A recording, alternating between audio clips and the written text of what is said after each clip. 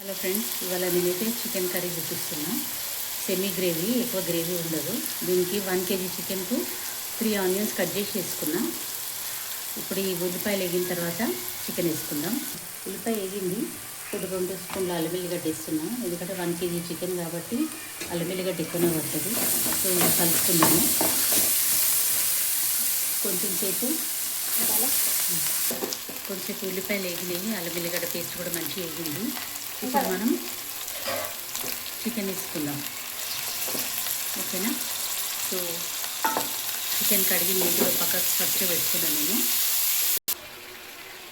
ఈ స్పూన్ తోటి అయితే నేను 5 స్పూన్ల కారం వేసుకున్నా.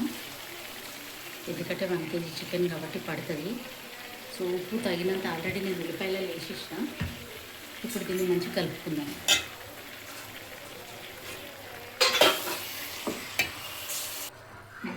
చికెన్ అంతా మంచిగా కలిపిన. సో 1 kg చికెన్ కాబట్టి కారం ఉప్పు మంచిగా సరిపడేసుకుంటేనే రుచి వస్తుంది. సో ఇప్పుడు మనం మూత పెడదాం. మూత తీసి చూద్దాము. నేను ఇంకా వాటర్ యాడ్ చేయలే. ఉప్పు కారం ముక్కలకు మంచిగా పట్టాలని దమ్ముతో పెట్టిన. సో ఇప్పుడు మనం వాటర్ యాడ్ చేసుకుందాం. దీనికి ఇది వాటర్ అయితే యాడ్ చేసిన. చికెన్ ఉడుకుతుంది. ఇది ఇంకా మంచిగా ఉడకాలి, దగ్గరికి కావాలి.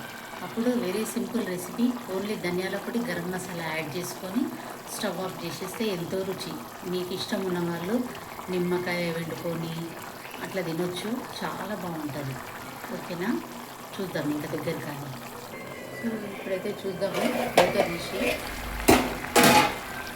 ఈ రింగి ఉడుకుతుంది. ఆల్రెడీ ముక్కలు ఉడికిపోయినాయి. ఇప్పుడు దీనికి ధనియాల పొడి యాడ్ చేస్తున్నా. తర్వాత గరం మసాలా కొంచెం ఎక్కువ వేస్తున్నా నేను, ఎందుకంటే ఘాటు ఉండాలని. సో ఇంకొక 2 నిమిషాలు ఇది ఉడకనిచ్చి దించుదాము. కొంచెం గ్రేవీ కూడా చిక్కగా అవుతుంది. ఎందుకంటే అన్నంలో కలుపుకుంటుంది కూడా గ్రేవీ కావాలి కదా. సో అదే చిక్కగా అవుతుంది ఇప్పుడు. సో ఇప్పుడైతే చికెన్ రెడీ అయిపోయింది ఆల్మోస్ట్ ఆల్. ఈ మాత్రం గ్రేవీ ఉండాలి.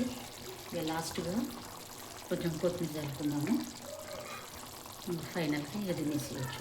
ఇక మూత పెట్టేస్తాం. బాగుంటుంది, చాలా టేస్ట్. మీరు అందరు ట్రై చేయండి. నచ్చితే subscribe, share, like. Thank you.